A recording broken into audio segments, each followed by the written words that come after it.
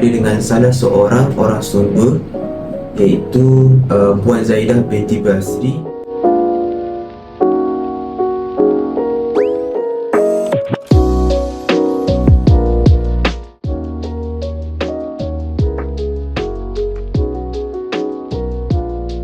Berdasarkan orang Sumba yang pertama, iaitu Puan Zaidah binti Basri, kuih serabai ini dikatakan sering dihidangkan ketika upacara kematian disebabkan oleh beberapa faktor, antaranya iaitu tradisi dan adat.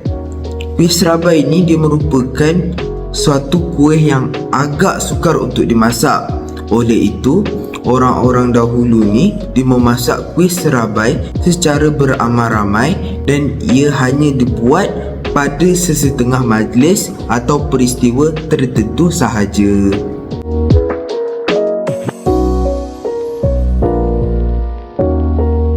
Begitu juga dengan soalan yang kedua, Puan Zaidah menyatakan bahawa kuih serabai ini berasal dari Pulau Pinang.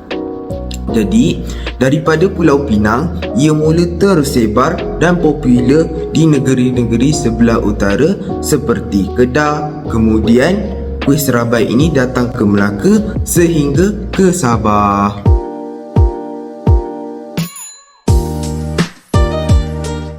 Soalan ketiga yang kami tanya kepada orang Sumba adalah kami tanya kepada dia, kuih serabai ini berasal dari suku kaum Melayu yang mana?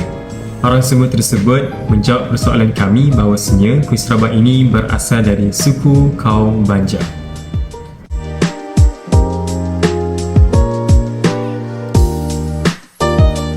Soalan seterusnya, kami bertanya kepada orang Sumba tentang kisah dan juga sejarah di sebalik kuih serabai. Orang Sumba itu menjelaskan bahawasanya kuih serabai ini berbentuk bulat dan bentuk bulat itu melambangkan bahawasanya kuih serabai ini adalah perisai. Orang-orang dulu menceritakan bahawasanya kuih serabai ini adalah perisai yang mempertahankan si mati daripada malaikat. Apabila malaikat menanyakan soalan dan si mati tidak dapat menjawab persoalan tersebut, kuih serabai ini merupakan satu mitos lah bahawasanya ia mempertahankan si mati itu daripada malaikat. Ini adalah sejarah ataupun kisah lah di sebalik kuih serabai.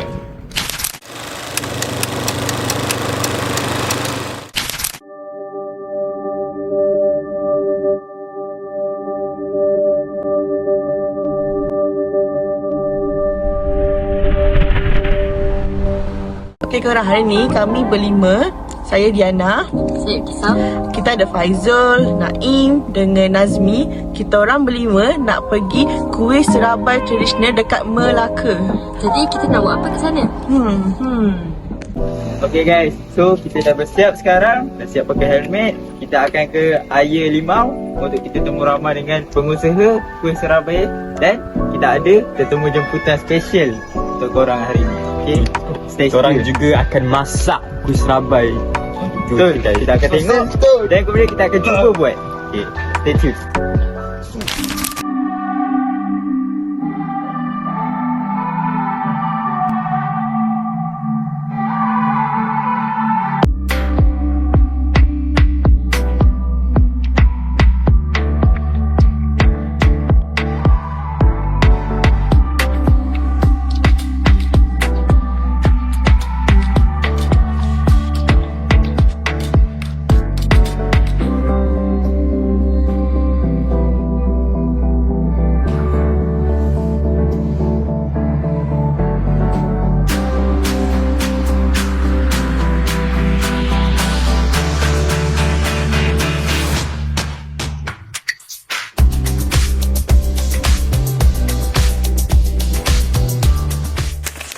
Okay, so guys, kita dah sampai ke destinasi.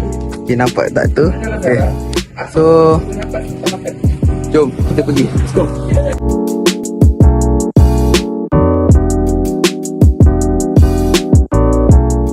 Mesti korang semua nak tahu siapa pengusaha kuih serabai ni dan dah berapa lama beliau menjalankan perniagaan ni. Jadi, mari saya kongsikan.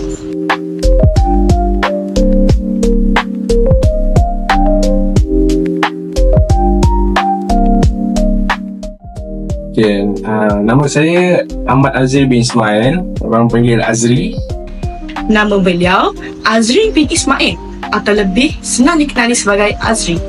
Beliau mula berniaga sejak di bangku sekolah lagi. Tetapi perniagaan ini baru sahaja dikomersial pada tahun 2020 sehingga kini. Perniagaan ini mula berniaga kecil-kecilan sahaja dan hanya diketahui oleh orang kampung sahaja. Namun, sejak COVID-19, perniagaan ini baru dikomersialkan sehingga hari ini.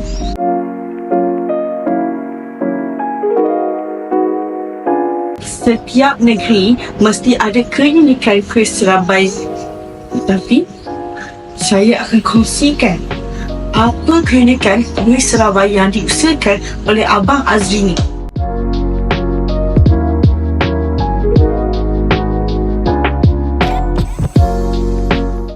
Sebagaimana yang dikongsikan oleh Abang Azri yang merupakan orang Sumber kami, beliau berkata keunikan kuih serabai ini tidak sama dengan kuih serabai dari negeri-negeri lain.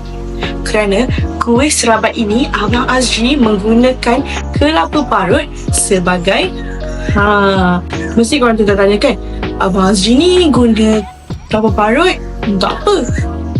Itulah keistimewaan kuih serabai di air limau ini yang dihasilkan oleh Abang Azri. Abang Azri menggunakan kelapa parut sebagai inti dalam kuih tersebut. Berbeza dengan kuih serabai di negeri lain seperti Pinang, Perlis dan sebagainya.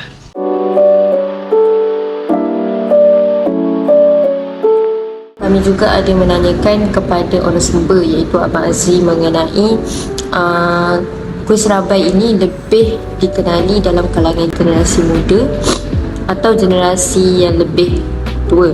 Dan jawab Abang Azri, kuih serabai ini sebenarnya lebih dikenali dalam kalangan generasi-generasi terdahulu lah.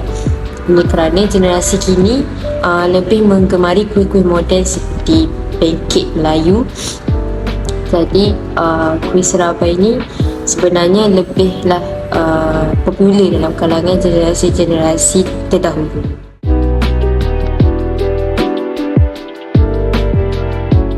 Cabaran yang dihadapi oleh Abang Azri iaitu orang Sumber, bagaimana beliau mengatasi cabaran pada mula-mula beliau mengusahakan perniagaan kuih serabai.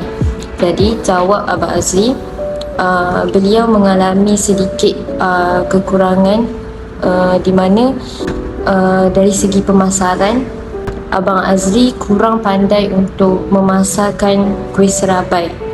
Tapi cara Abang Azri mengatasi masalah tersebut dengan menggunakan pempengaruh, iaitu contohnya Abang Wang Gegau, dan sehingga stesen radio TV datang ke kedai kuih serabai Abang Azri untuk menemu ramah beliau.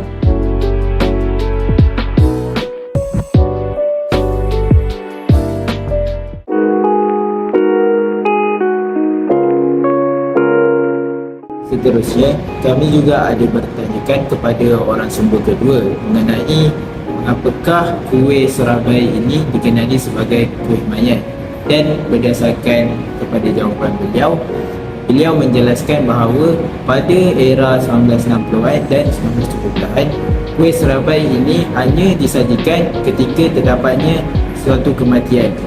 Dan kuih serabai ini dihidangkan semasa kenduri tahlil arwah, iaitu pada hari tertentu seperti hari ketiga dan hari ke-10 selepas kematian.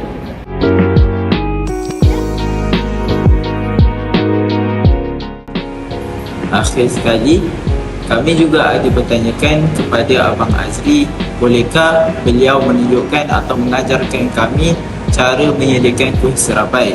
Dan berdasarkan kepada pengalaman kami seperti yang diajarkan oleh Abang Azri sendiri, sebanyak 400 gram tepung beras dimasukkan ke dalam bekas, diikuti dengan satu suduh teh garam untuk setiap pek tepung beras tersebut. Seterusnya, setengah sudu tes soda bikarbonat ditambah bagi memastikan kegebuan acuan. Kemudian 400 ml air dicurahkan perlahan-lahan ke dalam campuran tepung sambil dikacau sehingga sebati.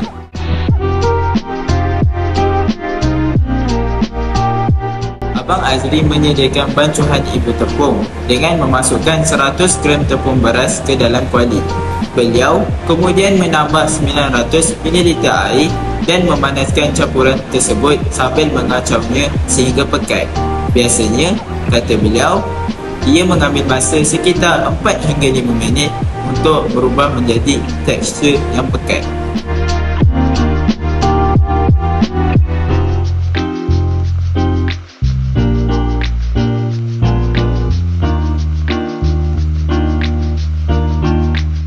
Apabila bancuhan ibu tepung sudah pekat, beliau menuangkannya ke dalam campuran tepung acuan yang telah disediakan untuk membentuk satu adunan yang menyeluruh.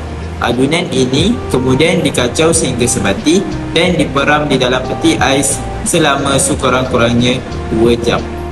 Selepas peraman, kelapa parut ditambah ke dalam adunan tepung dalam jumlah yang seimbang untuk memastikan teksturnya tidak terlalu cair atau tidak terlalu pekat. Abang Azri juga turut berkongsi satu tips penting, iaitu menggunakan kelapa parut dari kelapa tua untuk menghasilkan rasa kuih serabai yang lebih enak.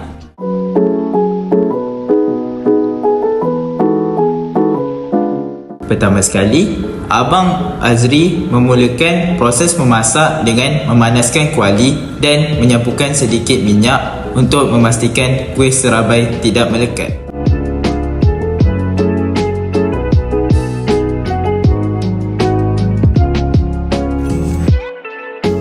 Setelah kuali cukup panas, beliau menuangkan 1 skop adunan tepung dengan berhati-hati ke dalam kuali untuk memastikan bentuk serabai kekal dalam bentuk bulat.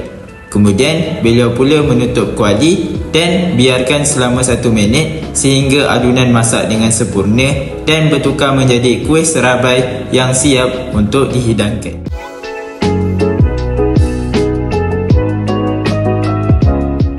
Pertama sekali, Abang Azri memulakan proses penyediaan kuah pengat durian dengan memasak air di dalam kuali hingga mendidih.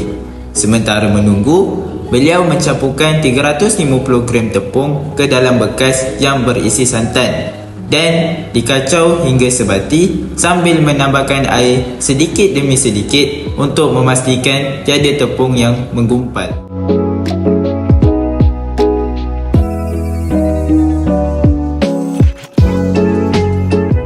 Setelah air mendidih, beliau memasukkan gula melaka ke dalam periuk mengikut kepekatan yang diinginkan. Kemudian, ditambahkan 1 kilo gula diikuti dengan 2 sudu garam dan dikacau hingga semua bahan larut dan sebati. Sementara menunggu kuah dimasak sehingga mendidih, Abang Azri pula memasukkan durian dan membiarkan sehingga kuah kembali mendidih. Setelah mendidih, beliau menuangkan bancuhan santan dan tepung yang telah sebati ke dalam periuk. Kemudian, membiarkan kuah pengat durian mendidih sekali lagi sehingga pekat dan sedia untuk dihidangkan bersama kuih serabai.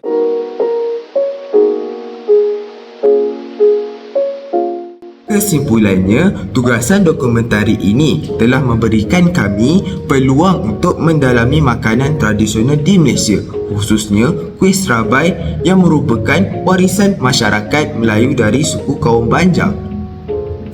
Melalui proses kajian dan dokumentasi, kami bukan sahaja dapat memahami sejarah dan kepentingan kuih ini, tetapi kami juga menyedari bagaimana makanan tradisional ini dapat menjadi suatu simbol identiti dan perpaduan dalam masyarakat majmuk di Malaysia. Dengan itu, kami berharap agar usaha kami melakukan kajian lapangan ini dapat membantu menaikkan martabat makanan tradisional di Malaysia dan dapat menambah pengetahuan masyarakat serta menyumbang kepada perpaduan dan ekonomi.